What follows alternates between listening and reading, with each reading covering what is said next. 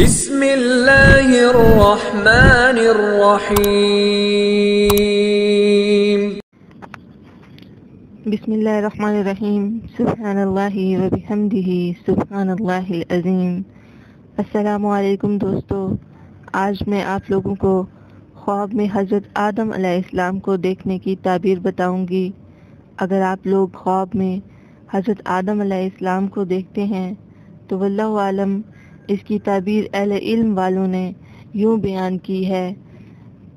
خواب میں حضرت آدم علیہ السلام کو دیکھنے والا اگر کسی عظیم منصب کی اہلیت رکھتا ہے تو اس کی تعبیر یہ ہے کہ وہ انشاءاللہ العزیز اسے حاصل کر لے گا۔ ارشاد باری تعالی ہے، انی جاعلک للناس اماما، میں تمہیں لوگوں کا رہنما بنانے والا ہوں۔ اس کی یہ بھی تعبیر کی گئی ہے کہ خواب میں ان کی زیارت کرنے والے کو کسی دشمن کی طرف سے دھوکہ لگ جائے گا، کچھ عرصہ گزرنے کے بعد وہ اس سے بچ جائے گا۔ اگر آپ اپنے کسی خواب کی تعبیر جاننا چاہتے ہیں تو ہمیں کمنٹس میں اپنا خواب بھیج سکتے ہیں، ہم انشاءاللہ تعالی آپ کے خواب کی تعبیر ضرور بتائیں گے۔